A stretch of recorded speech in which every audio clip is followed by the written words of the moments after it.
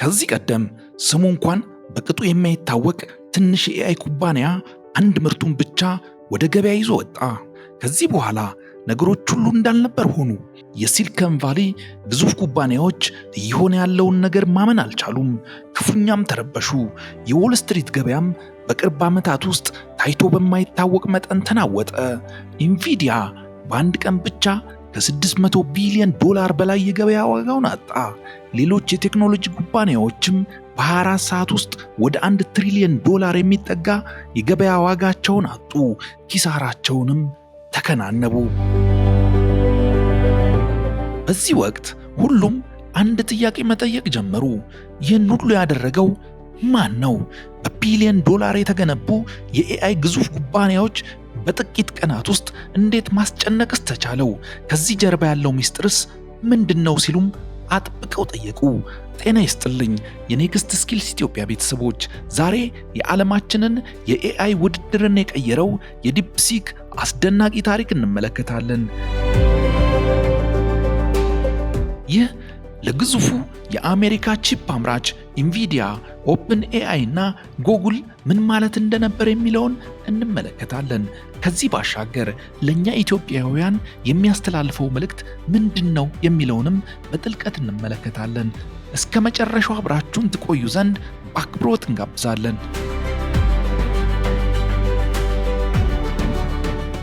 ዲፕሲክ የሚለውን ስም እንደ አውሮፓውያኑ የዘመን ቀመር 2025 መጀመሪያ ድረስ ብዙ ሰዎች ያውቁትም ነበር። ነገር ግን ሞዴሉ በተለቀቀ በጥቂት ቀናት ውስጥ ሁኔታዎች ፈጽመው ተለወጡ። ይህ የቻይና ኤአይ ሞዴል በአሜሪካ አፕ ስቶር ላይ በብዛት ከወረዱ መተግበሪያዎች ውስጥ ቻትጂፒቲን ቀድሞ ቁጥር 1 ለመሆን ቻለ። It quickly surged to the top of the App Store and it surpassed OpenAI's ChatGPT. US tech giants have really claimed supremacy in the AI race. DeepSeek is really making them question that narrative. The release of DeepSeek AI from a Chinese company should be a wake-up call. ይህ የአንድ የኤአይ ሞዴል ስኬት ብቻ አልነበረም።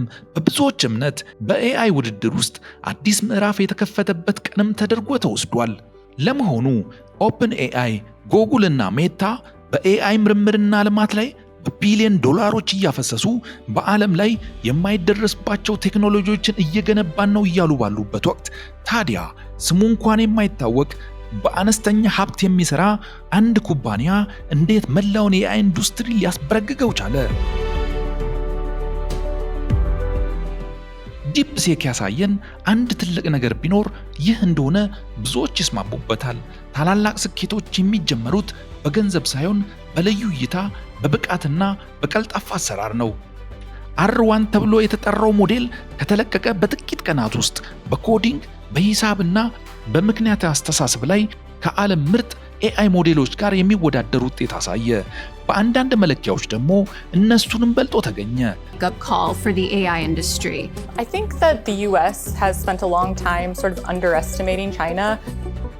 China's tech sector is actually very capable of innovating and creating these very powerful and very advanced products.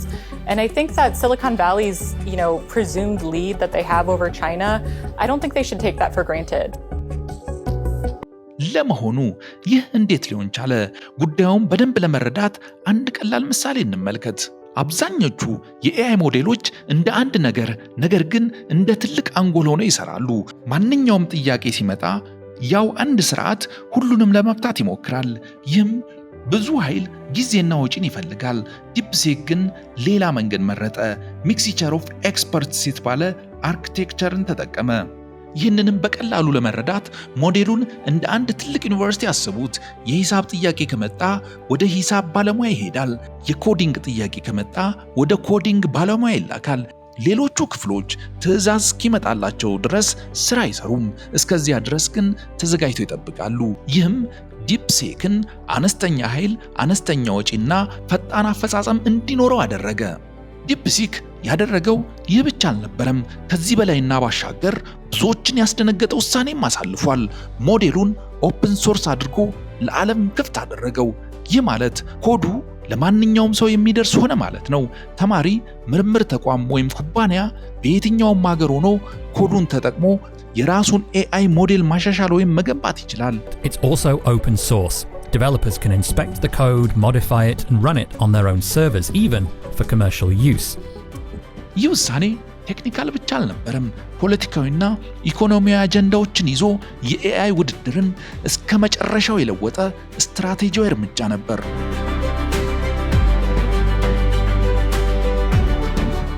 ይህ በእንዲህ እንዳለ የቴክኖሎጂውን ዓለምና የሲሊኮን ቫሊ ሰዎች ያስደነገጠው የዲፕሲክ ብቃት ብቻ አልነበረም። ድንጋጤውን የፈጠረው ዲፕሲክ እንዴት ይህን ሁሉ እንዳሳካ በሰሙበት ወቅት ነበረ። And what's extraordinary is its apparent quality and low cost, and of course its seeming appearance out of nowhere. ዲፕሲክ የመጨረሻ ሞዴሉን ለማሰልጠን ያወጣው ወጪ በግምት $5.6 ሚሊዮን አካባቢ መሆኑን ገልጿል። ይህ ቁጥር በወቅቱ ብዙዎች እጃቸውን በአፋቸው እንዲጭኑ አስገድዷል። ምክንያቱም ይህ ገንዘብ በሳን ፍራንሲስኮ ውስጥ ጥሩ የመኖሪያ ቤት ለመግዛት ከሚያስፈልገው ወጪ ጋር የሚነጻጸር ነበር። DeepSeek revealed it was able to build this model and train it at just a fraction of the cost. Anthropic CEO Dario Amodei predicted that it will eventually cost $100 billion to train models compared to $100 million today. DeepSeek, we're told this happened with $6 million in funding. Is that possible? Is that true? They said this one individual training run was $6 million.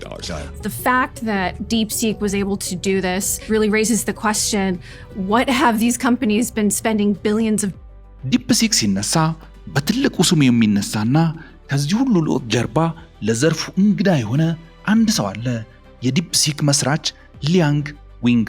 ሊያንግ እንደ ብዙዎቹ የሲሊኮን ቫሊ ቴክኖሎጂ መሪዎች በታዋቂ የቴክኖሎጂ ኩባንያዎች የጀመረ ሰው አልነበረም። የመጣው ከፋይናንሱ ዓለም ነው። እንደ አውሮፓውያኑ የዘመን ቀመር በ2015 አካባቢ ሃይፍላየር የተባለ የኢንቨስትመንት ድርጅት መስርቷል። ይህ ድርጅት በመዋዕለ ንዋይ ውሳኔዎች ላይ የሂሳብ ሞዴሎችን፣ ዳታንና ማሽን ለርኒንግን መጠቀም ጀምሮም እንደነበር ይነገራል። ሊያንግ ግን ኤአይን እንደ አንድ የንግድ ማቀላጠፊያ መሳሪያ አልወሰደውም። ኤአይ የወደፊቱ የሰው ልጆች አቅም መሰረት ነው ብሎ ያምን ነበረ። በዚህም ሊያንግ አንድ መሰረታዊ ጥያቄ አነሳ። ትልቅ ኤአይ ሞዴል ለመገንባት በእርግጥ ትልቅ ገንዘብ ያስፈልጋል ወይስ በብልሃት በምርምርና በቀልጣፋ አሰራር የተሻለ መንገድ ማግኘት ይቻላል የሚል ነበረ። ይህ አስተሳሰብ ነበር ዲፕሲክን ከሌሎች መሰሎች የተለየ ያደረገው። በኋላ ላይም ዓለምን ያስደነገጠው ዲፕሲክ R1 እንዲፈጠር መሰረት ሆነ። በዚህም ዲፕሲክ የኤአይ ውድድር በበጀት መጠን ብቻ እንደማይወሰን ለመላው ዓለም አንድ ጠንካራ መልእክት ማስተላለፍ ችሏል። ብልሃት፣ ቀልጣፋ አሰራርና ፈጠራ ከገንዘብ በላይ ለስኬት ቁልፍ ሊሆኑ እንደሚችሉ ሕያው ማረጋገጫም ሆኗል።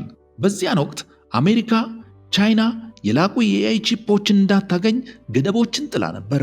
በዚህም ብዙ የዘርፉ ባለሙያዎች የአሜሪካ እገዳ የቻይናን ኤአይ እድገት ያዘገየዋል ብለው ያምኑ ነበር። ነገር ግን የተፈጠረው ፍጹም ተቃራኒ ሆነ።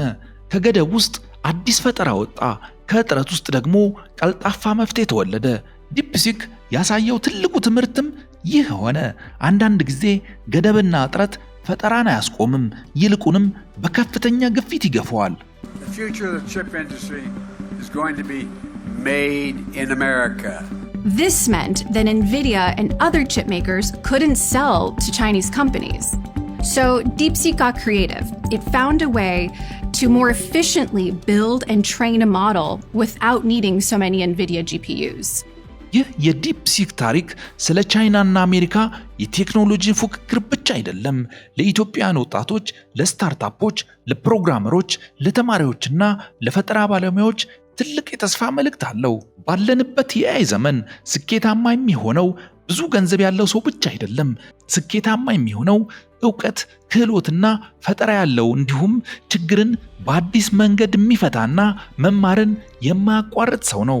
ስለዚህ ቀጣዩ ታላቅ የኤአይ ፈጠራ ከሲሊኮን ቫሊ ወይም ከቤጂንግ ብቻ ላይ መጣ ይችላል። ምናልባት የሚቀጥለው ዲፕሲክን የሚስተካከል የኤአይ ሞዴል በኢትዮጵያ ከሚገኝ አንድ ስታርታፕ ሊነሳ ይችላል። አሁናዊ ጥያቄው ግን አንድ ብቻ ነው። ኢትዮጵያ በዚህ የኤአይ አብዮት ተሳታፊ ሆና ትሩፋቱን ትቋደሳለች ወይስ ተመልካችና ተቀባይ ሆና ትቀጥላለች? እኛስ በዚህ ውስጥ ሚናችን ምን ሊሆን ይችላል? ሐሳባችሁም በኮሜንት አጋሩን።